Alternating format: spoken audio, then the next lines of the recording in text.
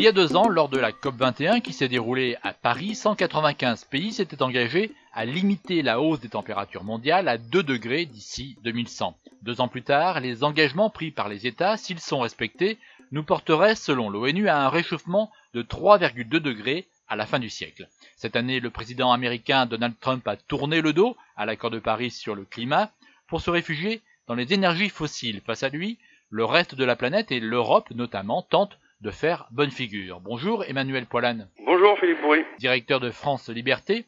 Alors lors du One Planet Summit, le sommet climat organisé par la France à Paris le 12 décembre dernier, Emmanuel Macron a affirmé « On est en train de perdre la bataille ». Il y a le feu vraiment ? Alors c'est vrai que l'année qui se termine a quand même été jalonnée de tout un tas d'événements climatiques majeurs. On pense évidemment à la série d'ouragans sur l'Atlantique, avec évidemment pour la France la destruction de Saint-Martin et de Saint-Barthélemy, mais de façon plus impactante encore, tous les dégâts qu'il y a pu y avoir sur Houston, tous les incendies qu'il y a pu y avoir en Californie, une sécheresse comme rarement vue en France pendant tout l'été. Donc voilà, donc il y a vraiment tout un tas de phénomènes qui nous montrent que le changement climatique c'est maintenant et qu'effectivement il y a le feu.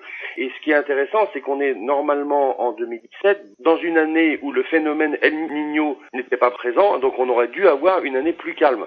Ça montre bien que les effets du changement climatique sont maintenant au-delà des événements climatiques standards et qu'il y a bien cette transformation, ce dérèglement du climat qui est en train de se mettre en place. Alors ce sommet de Paris début décembre, est-ce que c'est le début de quelque chose ou un simple show qui ne sert qu'à de l'affichage, une opération de com'? Alors, sur un plan technique et sur la mise en œuvre des modalités de lutte contre le changement climatique, on peut dire que c'est un coup de com', puisque le lieu pour prendre des décisions, pour faire du collectif, pour avancer tous ensemble, l'ensemble des pays sur le changement climatique, c'est la COP qui doit servir à ça. Et malheureusement, on sort d'une COP 23 sur Bonn, organisée par les Fidji, où il n'y a pas eu d'engagement, notamment des grands États.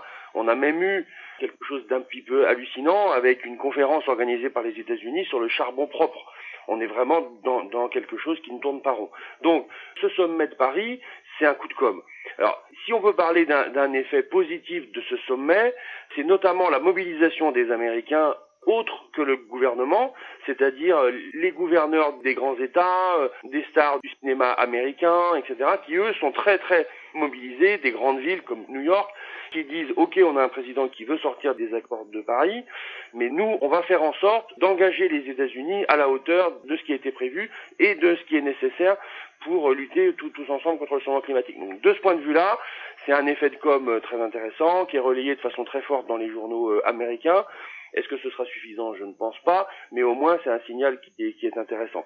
Après, sur le fond, malheureusement, ça ne change rien. Enfin, pour l'instant, quand le président Macron dit qu'on va pas suffisamment vite et qu'on est en train de perdre la bataille, il a raison, mais que fait la France pour changer ça, au-delà de la com'? Alors il y a eu quelques annonces lors de ce sommet. La Banque mondiale a promis d'arrêter de financer après 2019 l'exploration et l'exploitation de pétrole et de gaz, mais l'essentiel de ces annonces sont venues de fonds privés. AXA a par exemple annoncé un désengagement accéléré de l'industrie du charbon. Mais où sont les engagements des États dans tout ça, leurs initiatives? Ah, c'est exactement ça le problème, c'est qu'on voit pas encore les engagements forts des États. Même si on sent bien que, par exemple, la Chine est en train de faire tout un tas de révolutions sur son territoire pour sortir du charbon. D'ailleurs, c'est pas sans conséquence. Il y a toute une région du nord de la Chine qui n'a plus le droit de se chauffer au charbon, mais qui du coup n'est pas encore bénéficiaire des énergies alternatives qui vont lui permettre de remplacer le charbon. Donc en ce moment, il y a des petites tensions par rapport à ça. Mais au moins, il y a des décisions fortes qui sont prises. Et c'est vrai qu'en France, on est un peu dubitatif. Le président a quand même dit qu'on allait fermer nos centrales à charbon qui restent sur le territoire français d'ici la fin de ce quinquennat. Mais on sait qu'en même temps, le Premier ministre ne veut pas que sa centrale à charbon du Havre ferme et que pendant ce même temps, l'Agence française de développement finance encore des projets sur des centrales à charbon, notamment en Chine et au Sénégal. Donc c'est vrai que nous, en fait, ce qu'on demande, c'est que l'Agence française de développement soit exemplaire sur ce sujet-là. Si une agence qui fait des prêts pour le développement n'est pas capable elle-même d'être force de décision pour sortir du charbon, on s'en sortira pas. Alors cette annonce d'Emmanuel Macron sur l'arrêt des explorations du charbon ne concerne que ce qui se passe en France, mais cela n'empêche pas les entreprises d'aller faire leurs recherches ailleurs et d'émettre du CO2 sur d'autres territoires. Ah, ça, c'est vraiment le grand problème dans le sens où la France a un impact à l'international qui est important. Donc, il faut qu'on soit exemplaire dans notre impact international. Mais symboliquement, il faut d'abord qu'on soit exemplaire chez nous. Parce qu'aujourd'hui, on n'est ni exemplaire à l'international, ni exemplaire chez nous. Donc, c'est très bien de faire de la communication et de dire qu'on est les leaders du climat. Mais un jour ou l'autre, si on n'est pas exemplaire, ça va nous revenir dans la figure. Et à ce moment-là, toutes les positions prises par la France seront contre-productives.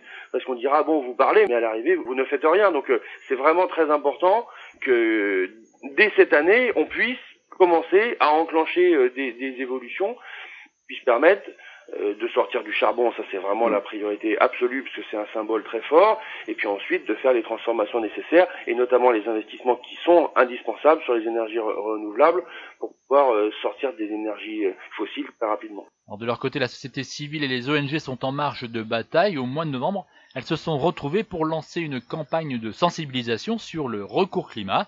On en parlera la semaine prochaine sur Fréquence Terre. Merci Emmanuel Poilane. Merci Philippe Bourry. Monde solidaire à retrouver sur fréquenceterre.com. Philippe Bourry, Fréquence Terre. Retrouvez et podcastez cette chronique sur notre site fréquenceterre.com.